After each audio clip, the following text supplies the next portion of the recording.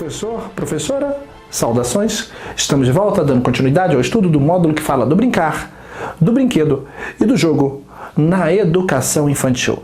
No bloco anterior tivemos a oportunidade de estudarmos um pouco sobre a natureza do brinquedo e do tipo de comportamento que se pode vir a desenvolver nas crianças na educação infantil.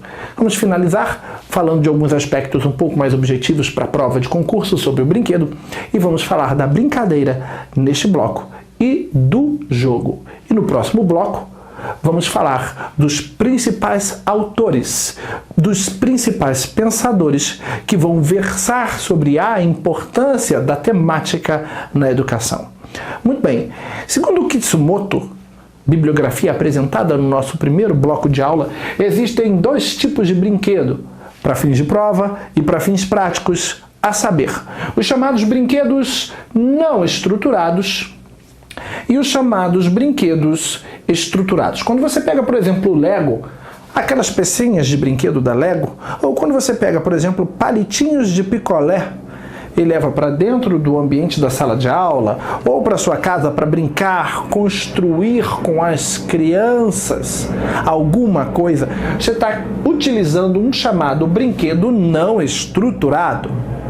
Quando você pega um brinquedo que já está montado e que por si só tem uma finalidade, como por exemplo esse brinquedinho aqui de madeira, ou um aviãozinho, ou um carrinho, enfim, um brinquedo já montado, você tem o chamado brinquedo estruturado.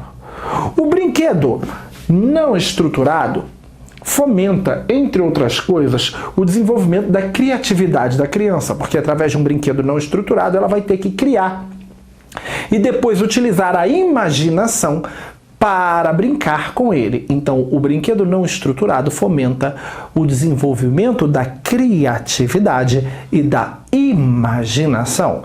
Já o brinquedo estruturado, propriamente dito, na qualidade de mero brinquedo, na qualidade de brinquedo ligado à ludicidade, ao entretenimento, ele fomenta a imaginação.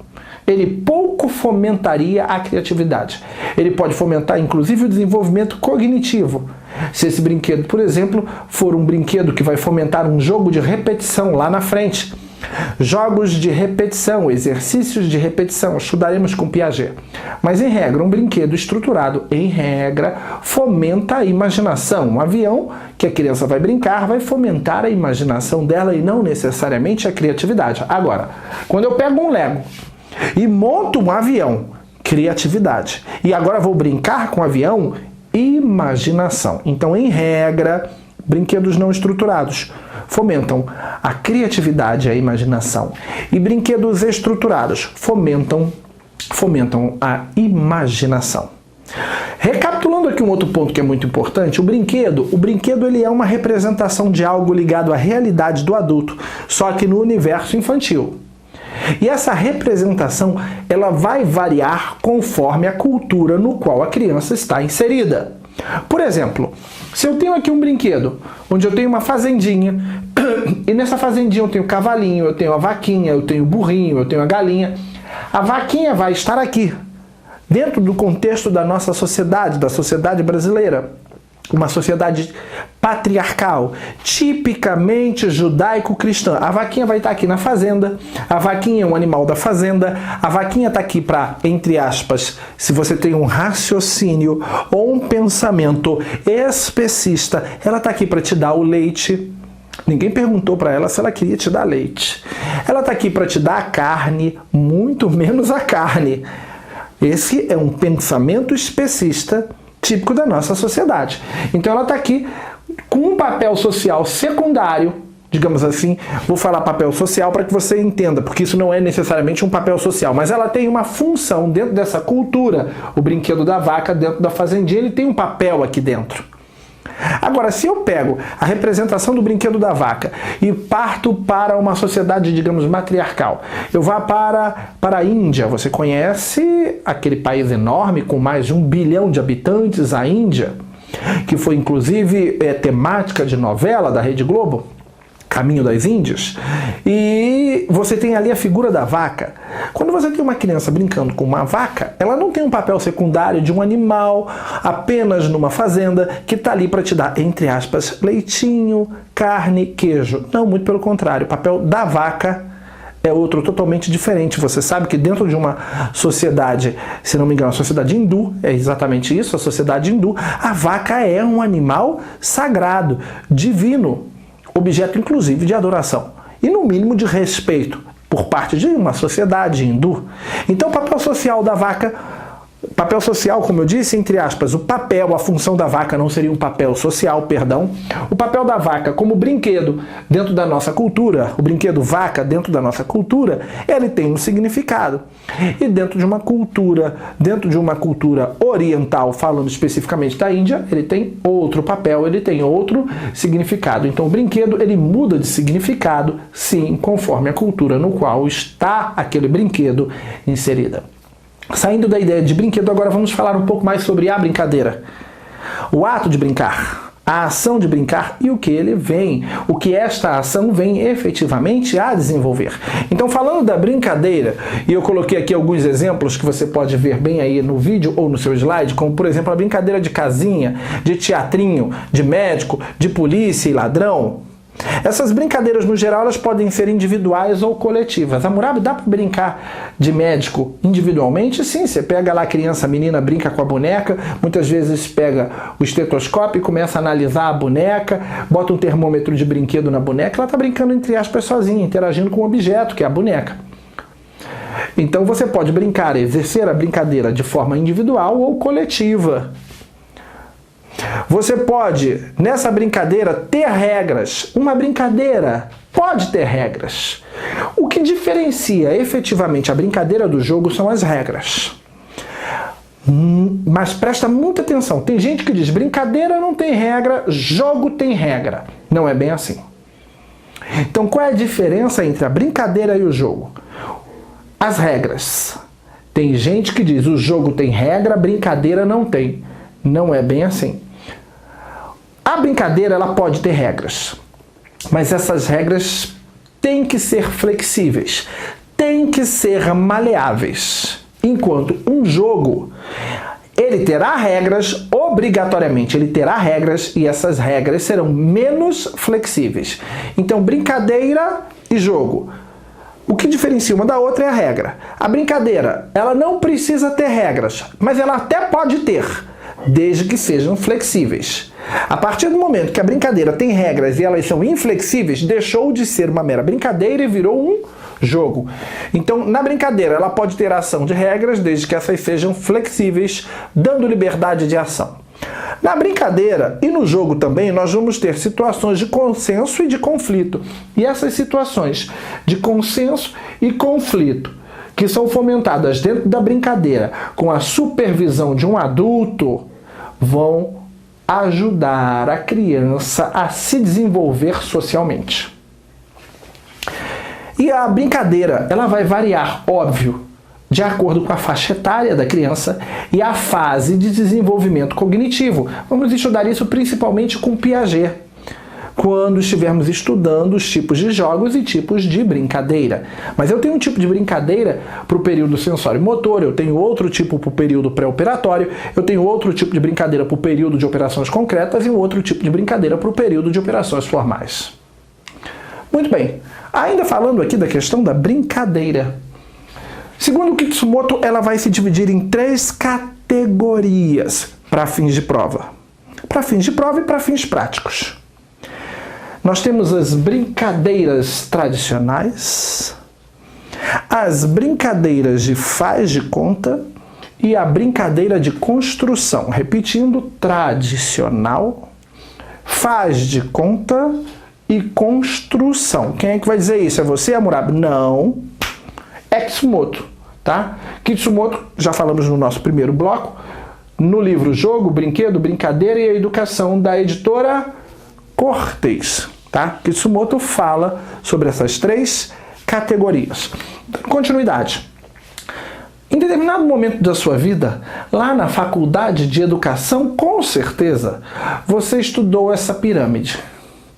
a chamada pirâmide das necessidades de Maslow.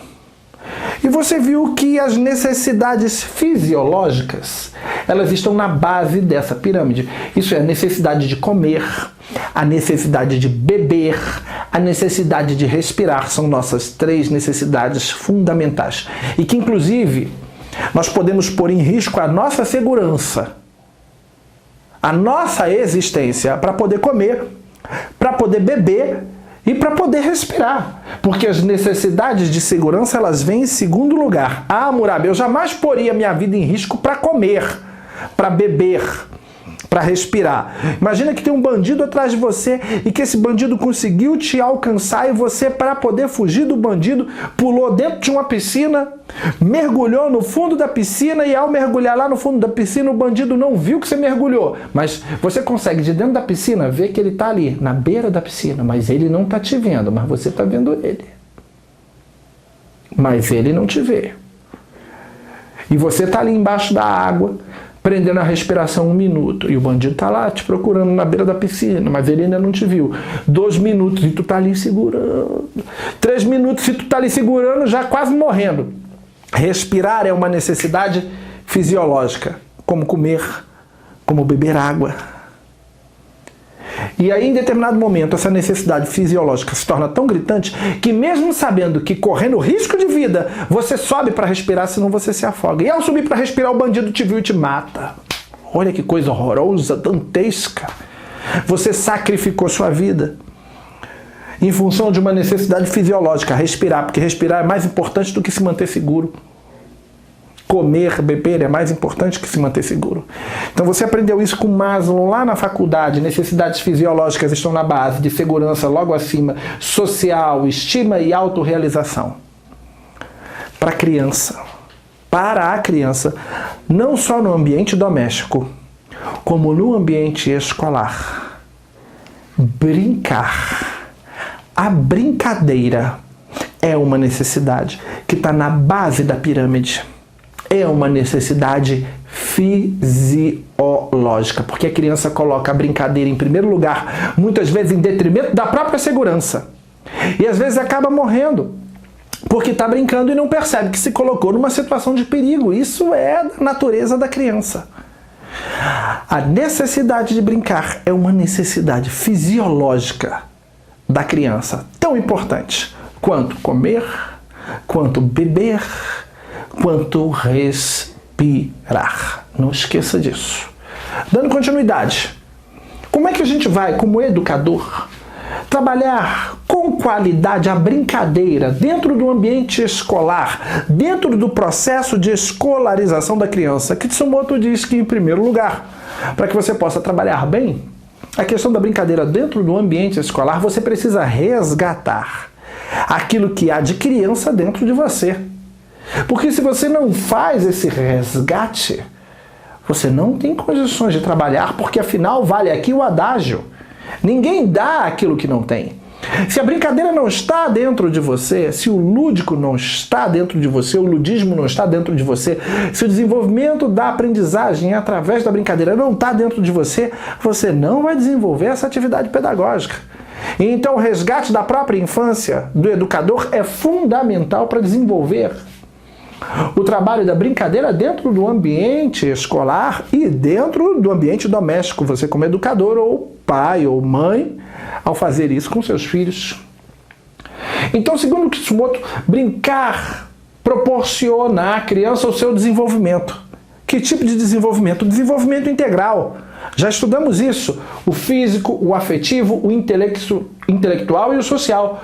Pois é através das atividades lúdicas que a criança forma conceitos, relaciona ideias, estabelece conexões lógicas, desenvolve a expressão oral e a expressão corporal, a psicomotricidade, a lateralidade, reforça habilidades sociais, reduz a agressividade, porque aprende a lidar com os conflitos, reduz a ansiedade e integra-se na sociedade e constrói o seu próprio conhecimento. Kitsumoto, óbvio, com algumas alterações que eu fui inserindo aqui ao longo da leitura do slide, ok?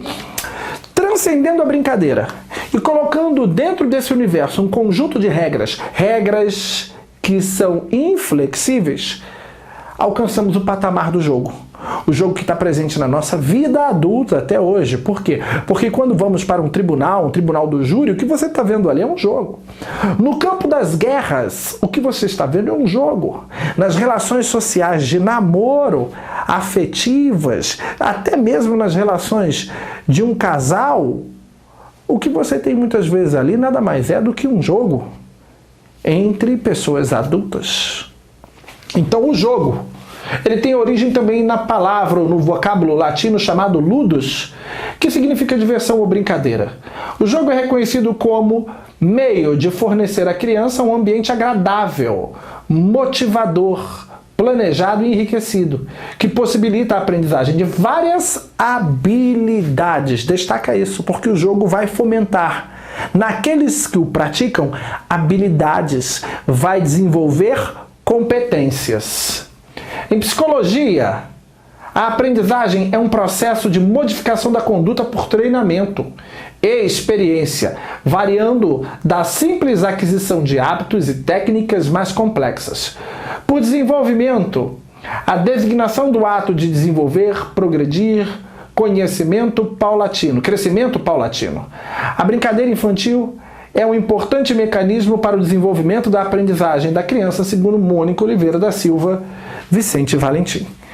Então, é o jogo que efetivamente prepara a criança para a vida adulta.